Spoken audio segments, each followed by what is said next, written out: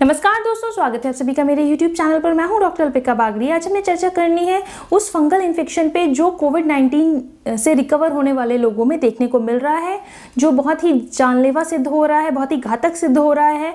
तो आज मैं आपको बताना चाहूँगी म्यूकोमाइकोसिस के बारे में। म्यूकोमाइकोसिस एक तरह का फंगल इन्फेक्शन है जो रिकवरी के बाद के 3 से 4 हफ्तों के बीच लोगों में देखा जा रहा है, जिन्होंने कोरोना वायरस को मात दी है, लेकिन वो इस फंगल इन्फेक्शन से बहुत पीड़ित होकर सडनली अपनी जान गंवा रहे हैं।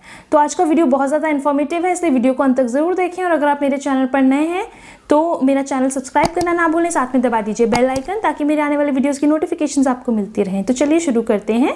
तो म्यूकोरमाइकोसिस एक तरह का फंगल इन्फेक्शन है जो उन लोगों में देखा जा रहा है जो कोरोना वायरस से रिकवर हुए हैं, उनको रिकवर हुए 2 से 4 हफ्ते हुए हैं और सडनली उनमें म्यूकोरमाइकोसिस के सिम्टम्स देखे जा रहे हैं। और म्यूकोरमाइकोसिस इस तरह से स्प्रेड हो रहा है कि उनके लिए जानलेवा या घातक सिद्ध हो रहा है। तो मैं आपको बताना चाहूँगी म्यूकोरमाइकोसिस हो क्यों रहा है। म्यूकोरमाइकोसिस एक तरह का फंगल इन्फेक्शन है जो उन लोगों में देखने को मिल रहा है जिन्होंने स्टेरॉइड्स की थेरेपी ली है while recovering, while their treatment, जिसकी वजह से स्टेरॉइड लेने की वजह से उनका इम्यूनिटी जो पुअर थी वो और पुअर हो गई है। इसमें लिंक देखा जा रहा है कहीं ना कहीं स्टेरॉइड, ओवरडोज ऑफ स्टेरॉइड की वजह से जो हमारा शुगर लेवल है बॉडी का वो थोड़ा सा ऑल्टर हो रहा है। जो शुगर के पेशेंट है उनको शुगर और बढ़ के आ रहा है, और जो पेशेंट्स नहीं है शुगर के या डायबिटीज़ जिनको नहीं है उनको भी माइल्ड से डायबिटीज़ के सिम्टम्स आ रहे हैं अगर जिन्होंने स्टेरॉइड का इंटेक किया है।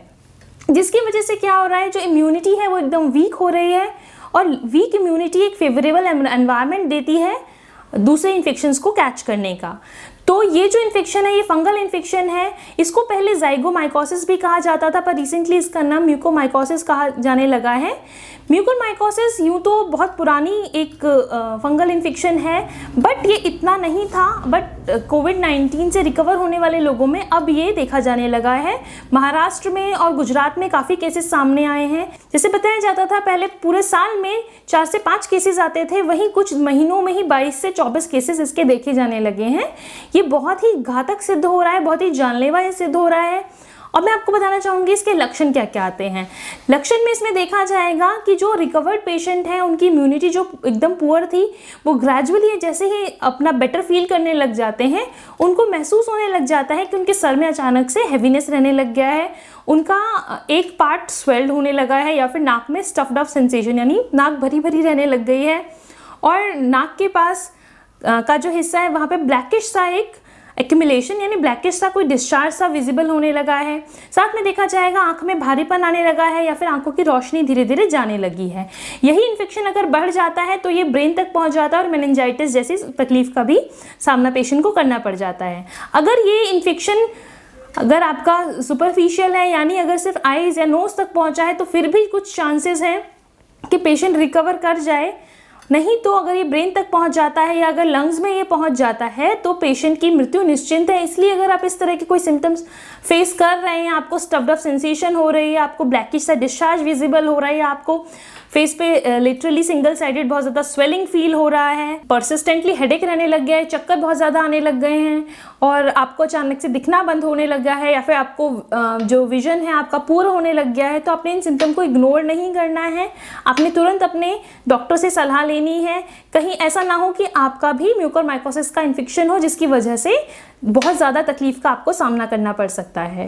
इसमें जो सिम्टम्स आते हैं ये आपके नोज का सिम्टम इन्वॉल्व हो गया, या और आपके हेड के सिम्टम्स इन्वॉल्व हो गए। साथ में इसमें आपको पल्मोनरी सिम्टम्स भी देखने को मिल जाते हैं, जिसके अंदर आपको शॉर्टनेस ऑफ ब्रेथ यानी सांस लेने में तकलीफ का, और छाती में भारीपन का और खांसी का आपको सिम्टम फील हो सकता है। साथ में इसमें जीआई ट्रैक्ट के सिम्टम्स भी यानी गैस्ट्रोइंटेस्टिनल ट्रैक्ट के भी सिम्टम्स देखने को मिल जाते हैं, और स्किन रिलेटेड सिम्टम्स भी देखने को मिलते हैं। स्किन में ये जो है आपको ये जो लीजन है, जो फंगस है, ये आपके स्किन में कहीं से भी एंटर कर सकता है, जहाँ भी अगर आपको कट वगैरह का टेंडेंसी रहता है तो ये बहुत जल्दी वहाँ पे ग्रो होने लग जाता है। ऑल्दो ये कंटैजियस नहीं है, यानी एक पर्सन से दूसरे पर्सन में नहीं ट्रांसफ़र होगा, इसलिए आपने ये ध्यान रखना है कि जो भी इम्यूनो कॉम्प्रोमाइज्ड पेशेंट है, यानी जो बुजुर्ग हैं और उनकी डायबिटीज़ कंट्रोल में नहीं रहती है, या इन्होंने रिसेंटली बहुत ज़्यादा स्टेरॉइड का इंटेक किया है, तो उन लोगों पे बहुत ज़्यादा ध्यान देने का ज़रूरत है कि कहीं ऐसा ना हो कि कोविड के रिकवरी के बाद कहीं इस तरह का सिम्टम वो कैच ना कर लें।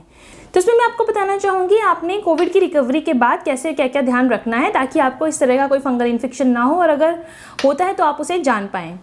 तो सबसे पहले बहुत ज़्यादा ज़रूरी हो जाता है कि आपने अपनी इम्यूनिटी सुधारनी है। अगर आपका डायबिटीज़ जो है वो आप अगर डायबिटिक नहीं थे और आपको डायबिटीज़ के सिम्टम आ रहे हैं तो टोटली आपने उसे ध्यान देना है, और अपने खाने पीने में आपने शुगर को कट डाउन कर देना है, मीठी चीज़ों को आपने अवॉइड करना है, कार्बोहाइड्रेट्स का इंटेक आपने रिस्ट्रिक्टेड कर देना है। ऐसा नहीं कि बिल्कुल बंद कर देना है, लेकिन थोड़ा रिस्ट्रिक्टेड करेंगे तो ज़्यादा अच्छा रहेगा।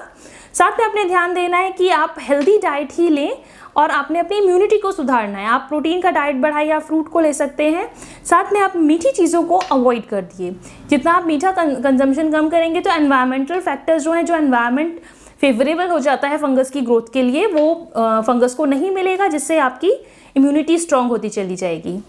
और जो लोग जिनको डायबिटीज़ बहुत ज़्यादा बिगड़ी रहती है, जिसका HbA1c 7, 8, 10 आता है, उनको बहुत ज़्यादा ध्यान रखना है। उन्होंने अपनी डॉक्टर की सलाह से अपनी डायबिटीज़ की मेडिसिन को थोड़ा सा और बढ़ाना है।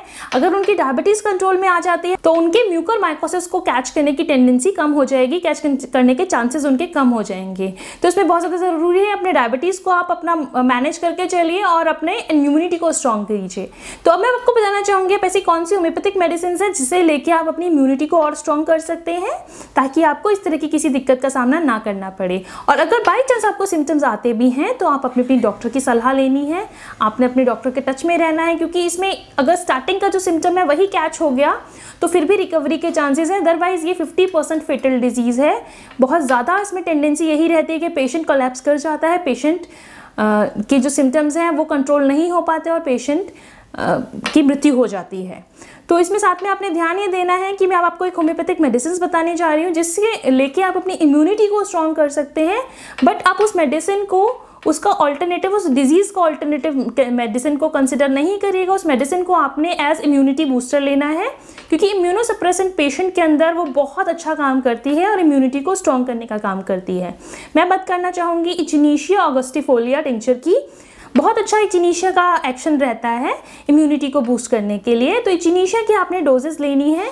आप इसे 3 वीक्स लीजिए पोस्ट कोविड। आधे कप पानी के अंदर आपने 8 से 10 बूंद डाल के सुबह शाम लेना है। इस मेडिसिन को लेने से एक तो आपकी इम्यूनिटी स्ट्रांग होती जाएगी और आपकी टेंडेंसी म्यूकरमाइकोसिस को कैच करने की कम होती चली जाएगी। आशा करती हूँ आप सभी को मेरा आज का वीडियो अच्छा लगा होगा। अगर मेरा वीडियो अच्छा लगा है तो अपनी फैमिली फ्रेंड्स के साथ शेयर करना ना भूलें। मिलते हैं नेक्स्ट वीडियो में। Please like, share and subscribe to my channel. Thank you so much. नमस्ते।